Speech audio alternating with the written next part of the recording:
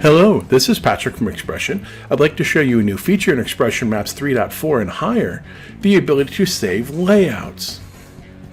So here I'm in XPression Maps, and for those of you used to working in XPression Maps, this is a pretty normal user interface layout to you.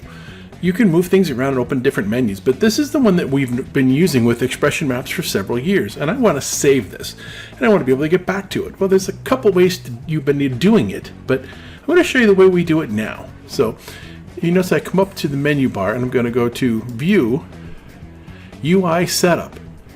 And I'm going to go to Save UI Layout. I'm going to click on it. I'm going to call this Maps 3.2 because that's the way the maps will lay out in version 3.2. Well, you'll notice if I go back to that setting, I go View, UI Setup, and I click on Load UI Layout. I'll have a list now. So you can see there's a couple here. So there's a 3.2.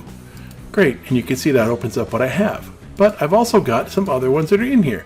So I can click on Load, UI Setup, and I've got one called 3 columns. I'm going to click OK. Then you can see what I've got here. There's one column, there's a second column, there's a third column. And if I want to get back to a default setting, this is Maps 3.4, if I click Reset UI or User Interface to Default, it's going to ask me, do you want to go back to the default position? I'm going to say yes.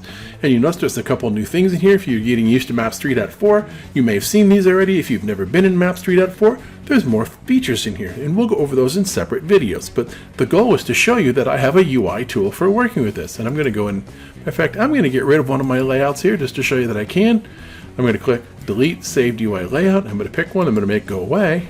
And I'm going to call it 3 columns 4K. I'm going to get rid of that one. So now it's gone.